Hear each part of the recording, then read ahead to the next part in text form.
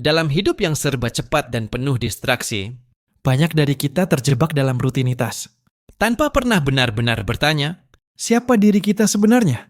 Untuk apa kita hidup? dan mengapa di balik semua pencapaian duniawi, Hati ini tetap terasa kosong. narasi evolusi kesadaran. Ini adalah perjalanan dari tidur panjang jiwa menuju kebangkitan batin yang sesungguhnya. Bukan cerita fiksi, tapi cerminan dari pengalaman banyak. Jiwa yang mulai mendengar panggilan sunyi dari dalam. Ini pun adalah kisah perjalanan batin. Dari gelap menuju terang, dari keterpisahan menuju keutuhan. Dari ego menuju cinta sejati. Selamat datang dalam perjalanan pulang menuju dirimu sendiri. Selama bertahun-tahun, manusia itu hidup dalam dunia yang sibuk dan tak henti-henti menuntut. Bangun pagi, bergegas menuju pekerjaan, mengejar target, memenuhi ekspektasi, Mengoleksi barang, pencapaian. dan pengakuan sosial. Namun di balik semua keberhasilan yang ia tampakkan, Ada kehampaan yang sulit dijelaskan. Ia merasa seperti robot yang bekerja setiap hari hanya untuk bertahan. bukan untuk hidup. Sesekali ia merasakan kegelisahan tanpa nama. Namun, kegelisahan itu segera ditekan, dibungkam oleh hiburan, dan gangguan yang ditawarkan dunia modern. Ia tertidur dalam kesadaran, meski matanya terbuka. Di dalam dirinya, ada ruang sunyi yang lama tak disentuh. Jiwa yang lama tak diajak bicara. Ia tidak tahu bahwa dirinya membawa potensi besar, dimensi. Spiritual yang tak terbatas. Tapi potensi itu terkubur dalam debu kesibukan dan kabut ketidaksadaran. Ia hidup tapi belum benar-benar bangun, seperti benih yang tertanam dalam tanah keras. Ia menunggu air hujan dan cahaya untuk mulai tumbuh. Hidupnya terasa seperti repetisi yang membosankan. Ulang tahun tak membawa kebaruan. Liburan terasa hampa. Hari kerja dan akhir pekan tak lagi punya makna berbeda. Ia mulai menua, tapi tidak bertumbuh. Dan jauh di dalam sana, ada suara halus yang terus memanggilnya untuk bangun. Suatu malam, ia duduk sendiri dalam keheningan yang tak biasa. Dunia luar telah senyap. Tidak ada suara notifikasi, tidak ada rapat, tidak ada tuntutan. Hanya ia dan dirinya. Lalu, seperti bisikan yang muncul dari balik kabut, Muncul pertanyaan, apa arti semua ini? Untuk apa aku hidup seperti ini? pertanyaan itu tidak dijawab oleh suara luar. Tapi sesuatu dalam dirinya bergema. Sebuah getaran lembut, rasa yang tak bisa dijelaskan. Ia tak tahu dari mana datangnya. Namun ia merasa bahwa ada, Sesuatu yang telah lama terkunci. kini mulai mengetuk dari dalam.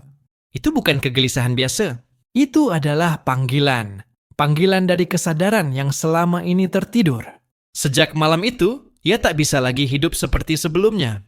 Ada rasa ingin tahu yang tumbuh. Ia mulai membaca buku-buku spiritual, mendengar kisah orang-orang yang mengalami transformasi batin. Ia merasa seperti sedang memulai perjalanan. Meskipun belum tahu kemana arah sebenarnya, ia mulai mencatat mimpi-mimpinya, memperhatikan perasaan-perasaannya. Ia mulai sadar bahwa kehidupan dalam dirinya sama luasnya dengan dunia luar yang selama ini menyibukkannya. Untuk pertama kalinya, ia benar-benar menyadari bahwa ia ada, bukan hanya berfungsi. Dunia yang selama ini ia anggap sebagai satu-satunya kenyataan mulai terasa ganjil. Ia mulai menyadari pola-pola, topeng-topeng sosial, dan sandiwara yang dimainkan semua orang, termasuk dirinya sendiri. Ia mulai mempertanyakan, mengapa orang begitu takut terlihat lemah? Mengapa semua harus seragam dan sesuai norma? Mengapa ketulusan terasa langka? Retakan itu semakin melebar saat Ia menyadari bahwa banyak hal yang selama ini ia kejar ternyata tak memberinya kedamaian. Gelar, uang, popularitas. validasi, semua itu tampak mengilap dari luar, tapi rapuh di dalam. Ia mulai melihat bahwa realitas yang selama ini ia jalani hanyalah konstruksi, lapisan demi lapisan yang dibangun oleh budaya, keluarga, dan ketakutan. Ia merasa seperti seseorang yang tinggal di dalam rumah kaca, dan untuk pertama kalinya melihat ada dunia lain di luar sana. Dinding itu mulai retak, dan sinar masuk perlahan. Ia mulai mempertanyakan segala hal, agama yang ia warisi, Pendidikan yang membentuk pikirannya, bahkan kepribadiannya sendiri.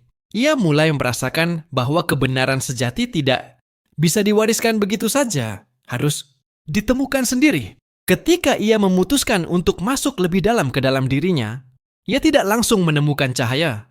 Justru ia bertemu kegelapan. Ia melihat sisi-sisi dari dirinya yang selama ini ia tolak. Kemarahan, iri hati, ketakutan, rasa tidak berharga. Ia menyadari bahwa selama ini ia membangun citra untuk melindungi luka-luka yang belum pernah ia sembuhkan. Proses ini menyakitkan. Ia merasa seperti hancur, terpecah, kehilangan arah. Tapi perlahan, ia mulai belajar bahwa untuk bisa tumbuh, ia harus menerima bayangannya. Ia mulai memeluk bagian-bagian dari dirinya yang terluka. Ia menangis, bukan karena lemah, tapi karena akhirnya berani jujur. Ia mulai mencintai dirinya yang utuh, bukan hanya bagian yang terang. Ia menulis surat untuk dirinya yang kecil, yang pernah dilukai.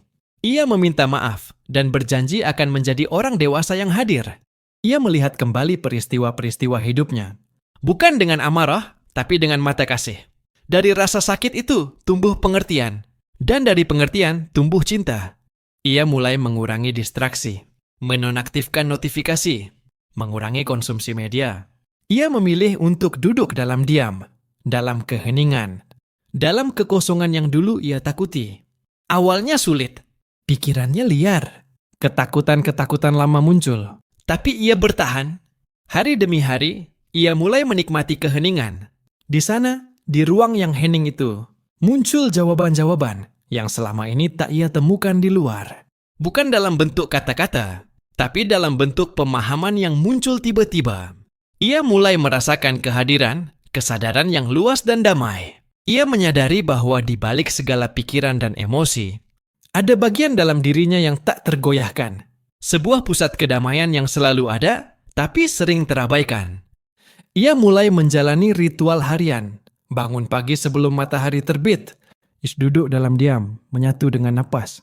Ia merasakan detak jantungnya seperti doa. Ia belajar mendengar suara hujan, seperti mendengar lagu semesta. Ia tak perlu lagi melarikan diri dari dirinya. Ia telah menjadi teman bagi jiwanya sendiri. Setelah melalui gelap dan diam, sesuatu dalam dirinya mulai menyala. Ia mulai melihat dunia dengan mata yang baru. Setiap daun yang gugur, setiap senyum anak kecil, setiap pelukan, bahkan kesedihan, semuanya terasa sakral. Ia mulai melihat bahwa segalanya saling terhubung. Tak ada yang benar-benar terpisah. Pemahaman demi pemahaman datang seperti kilat. Ia menyadari bahwa ia bukan korban hidup, melainkan bagian dari tarian besar semesta. Ia mulai merasa bersyukur atas luka dan kesulitan, karena semua itu menjadi jembatan menuju kesadaran. Ia tidak lagi terjebak dalam pencarian eksternal, sebab cahaya itu bukan sesuatu yang ia kejar. Itu muncul ketika ia berhenti mencari dan mulai hadir. Hadir sepenuhnya, dengan hati yang terbuka. Setiap saat menjadi cermin keabadian, dan setiap peristiwa menjadi guru yang menyentuh nurani. Ia mulai menyadari bahwa dirinya lebih dari sekadar tubuh, pikiran, atau peran sosial. Ia bukan hanya nama, profesi, atau latar belakang. Semua itu penting, tapi bukan inti. Intinya adalah kesadaran yang menyadari dirinya. Ia mulai melepaskan keterikatan. Ia tak lagi marah jika tak dianggap. Ia tak lagi gelisah jika tak dikenal. Sebab ia tahu, nilai dirinya tak tergantung pada pengakuan luar. Ia mulai hidup dengan ringan, karena tak ada yang perlu dibuktikan. Hidup bukan kompetisi tapi pengalaman. Melampaui identitas bukan berarti kehilangan diri, tapi justru menemukan diri yang sejati, yang tak terikat oleh label, dan tak terancam oleh perubahan. Ia berjalan di dunia seperti air, lembut namun kuat, tenang namun dalam. Dalam puncak kesadarannya, ia merasakan kesatuan dengan segalanya. Ia melihat dirinya dalam hewan, dalam pepohonan, dalam orang-orang yang bahkan tak ia kenal. Empati meluas, cinta meluas. Bukan cinta yang bersyarat, tapi cinta yang muncul karena menyadari bahwa tidak ada yang benar-benar lain. Ia merasa bahwa semesta adalah satu tubuh besar, dan setiap makhluk adalah sel-sel yang saling bergantung. Ego tak lagi menjadi penghalang. Ia mulai hidup bukan untuk memuaskan diri, tapi untuk berkontribusi, untuk menyentuh, untuk melayani. Ia mulai melihat pekerjaan sebagai ibadah, dan setiap pertemuan sebagai panggilan untuk hadir sepenuh hati. Dari tempat ini, ia tak lagi butuh alasan untuk berbuat baik. Ia berbuat karena itu bagian dari dirinya. Ia mencintai karena ia adalah cinta itu sendiri. Dalam meditasi yang dalam, ia menembus batas-batas waktu dan ruang. Ia merasakan keberadaannya meluas, melampaui tubuh, melampaui nama. Ia merasakan dirinya sebagai bagian dari kesadaran kosmik yang tak terbatas. Tak ada aku di sana. Hanya kesadaran yang menyadari dirinya sendiri melalui segala bentuk kehidupan. Ia tak lagi takut mati, karena ia menyadari bahwa kesadaran tidak bisa mati. Yang mati hanyalah bentuk. Kesadaran adalah lautan tempat semua bentuk datang dan pergi. Ia adalah ombak, tapi juga lautan itu sendiri. Waktu menjadi tidak linear. Ia melihat masa lalu sebagai pelajaran, Masa depan sebagai kemungkinan, dan saat ini sebagai pusat kekekalan. ia tak lagi bertanya, karena menjadi jawaban itu sendiri. Ia kembali ke dunia. Tapi bukan sebagai orang yang sama. Ia tetap menjalani hidup, namun dengan kesadaran penuh. Ia bekerja, mencinta, bersedih, tertawa. Semuanya ia lakukan dengan kehadiran. Tak ada lagi lari, tak ada lagi topeng. Ia hadir, dan kehadirannya membawa ketenangan bagi sekelilingnya. Ia bukan guru, bukan nabi. Ia hanyalah jiwa yang telah bangun dari tidur panjangnya. Namun kebangkitannya menjadi cahaya bagi yang lain. Ia tak mengkhotbahkan kebenaran, ia menjalaninya. Dan dari cara ia hidup, Orang mulai merasakan bahwa mungkin mereka juga bisa bangun. Mereka juga bisa mengalami evolusi kesadaran. Ia tahu bahwa perjalanan ini tidak berakhir. Tapi kini, setiap langkah adalah zikir. Setiap napas adalah doa. dan setiap hari adalah kesempatan untuk mencintai lebih dalam. Hidup lebih jujur dan menjadi lebih hadir. Sebab ia telah mengenal keabadian, bukan di akhirat, tapi di setiap detik yang dihidupi dengan kesadaran. Perjalanan ini bukan milik satu orang saja. Ini adalah cermin untuk kita semua. Di dalam setiap diri, ada jiwa yang menunggu untuk dibangunkan. Mungkin kamu belum memulainya. Atau mungkin kamu sudah di tengah jalan. Apapun itu, Kisah ini mengingatkan kita bahwa hidup bukan hanya tentang bertahan, tapi tentang hadir. Bukan hanya tentang tahu, tapi tentang sadar. Dan bukan hanya tentang berubah, tapi tentang pulang ke jati diri sejati. Jika kamu merasa kisah ini menyentuh jiwamu, bantu sebarkan cahayanya. klik like, tulis komentar tentang bagian yang paling mengena bagimu, dan share ke teman atau keluargamu yang mungkin juga sedang mencari makna hidupnya. Jangan lupa subscribe agar kamu tidak ketinggalan kisah inspiratif berikutnya.